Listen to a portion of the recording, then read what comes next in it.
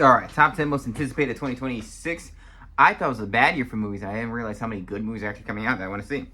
Number 10, Supergirl. I don't know if it's going to be good, but Supergirl, I think probably is going to be mediocre, but I'm very curious. Because I'm like, Superman, you already know how he's going to behave. You can't really do much about his personality. He's kind of the same all the time. And Supergirl, you can do a lot with personality. And I'm kind of interested to see how they make her very different from Superman. So, Lobo, I heard he doesn't have enough screen time. I feel like he's not going to have enough screen time. I feel like he's going to come in at the very end. 9, Disclosure Day, Steven Spielberg. He's on a scale of like okay to masterpiece. So, very curious. Him doing another Alien movie, Close Encounters of the Third Kind, great movie. Very interesting. War of the Worlds is a good movie. So, I'm hyped. This is his wheelhouse. Number 8, Resident Evil. Resident Evil, Zach Cregger made Weapons. Weapons was a fascinating, very popular horror movie that broke through to the mainstream. And it's cool to see horror movies and they break through like that. They even got getting awards nominations. I'm like, I love that a horror movie got to that point. So I'm curious. I think Resident Evil, he's probably the guy to make something unique. I think Resident Evil Raccoon City is not a bad movie. I think I think it's 2/3 not a bad movie. I think the last act, it goes off the rails completely. But yeah. We need a solid Resident Evil movie. There's been one that's like completely solid. Number 7, Werewolf. Robert Eggers is one of the greatest directors working today. The Witch is a masterpiece. The Lighthouse is a masterpiece. I love The Northman. Northman is such a cool, unique movie. I wish that was the origin for Thor. Like, imagine Marvel took itself seriously, and that was the origin for Thor. At the end, when he's fighting the guy naked on the volcano. Imagine he's fighting with a hammer at the end. He just plows the hammer down and gets struck by lightning. And he becomes Thor. I have the worst. See, my thing I have here is broken. And it's so hard to keep it up straight. I'm just keeping it up straight with zip ties. But I don't have another ring light. Anyways, yeah. Origin for Thor. Go watch The Northman. And Nosferatu's pretty damn good. So, Werewolf. Number 6, Clayface. Mike Flanagan doesn't miss. Midnight Mass is a masterpiece TV show. I think he makes nothing but good horror television and movies. He's yet to make anything I really didn't like. I think my least favorite thing he's made is Blind Manor. But it's not as bad. It's just like not my cup of tea. I don't care for the melodramatic type of romantic horror thing it was going for. But yeah, I Clayface. It's so interesting that this guy's making a Clayface movie. I prefer all Batman in the Reeves universe to be super realistic. I want them to be grounded in reality. But if he's doing an alternate timeline thing, he can make Clayface into a big mud thing. Number 5, Scary Movie 3.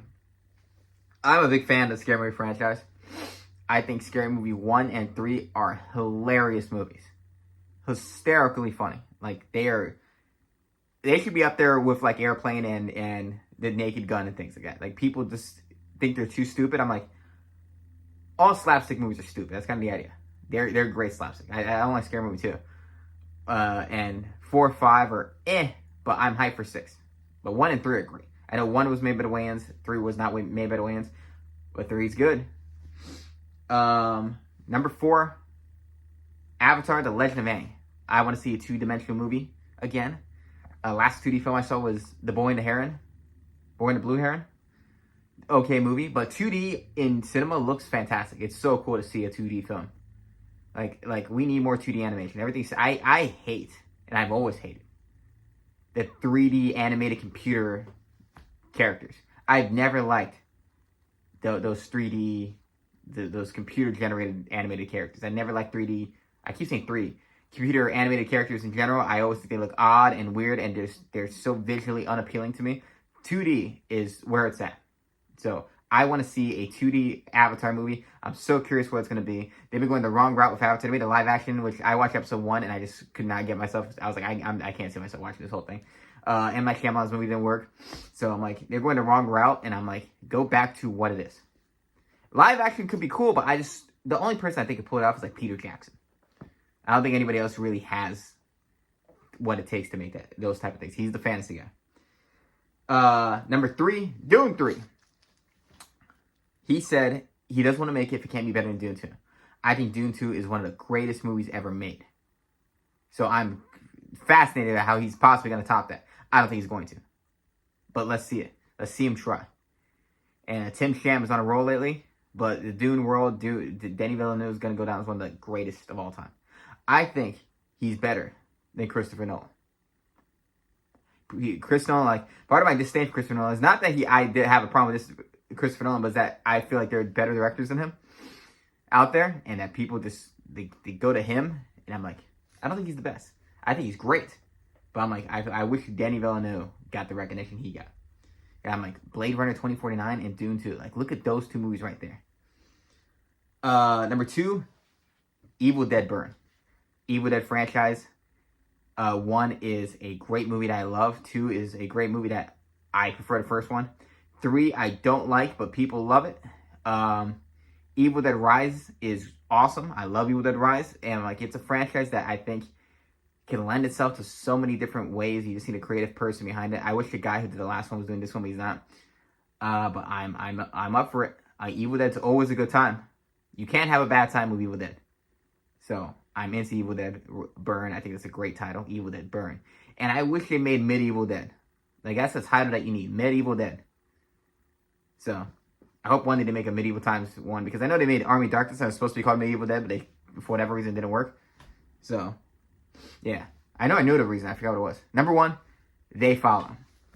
In my top 5 favorite films of all time is It Follows. And It Follows is just a magnificent indie film. It's a great creative horror film with fantastic aesthetic, fantastic score. A score that should have won Best Score, made by Disasterpiece, a video game score artist guy. And I'm so curious to see a sequel to this movie. I just want to see... I don't know. I don't even know what I want to see. I want to see whatever the hell he's going to give me. Whatever the fuck you're going to give me. I'll take what I get. I'll take it. I'll like it. God damn it. But They Follow. Oh my God, what a great title too. I'm picturing like a It Follows apocalypse. But how would you have an apocalypse where everybody is seeing things that no one else can see? So, yeah. Hyped. 2026 is going to have some good movies. I think it needs to beat the mediocrity that was 2025. Because 2025 wasn't bad. It was just, almost every movie was mid. It was hard to make a top 10 best or worst. Everything was just mid. So, yeah. What's your top 10 best? Or not best, most anticipated. Subscribe.